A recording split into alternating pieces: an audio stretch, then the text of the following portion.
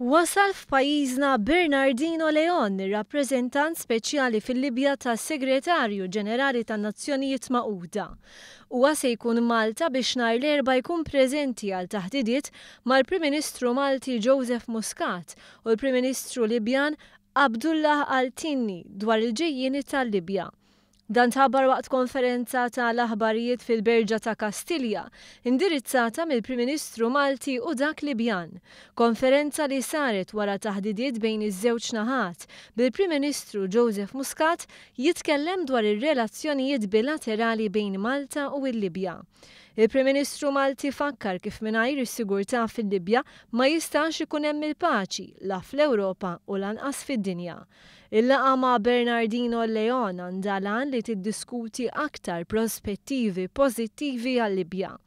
Hawn il-Prim Ministru saħaq li d-dialogu huwa l-unika tama Libja biex timxi l-qoddim.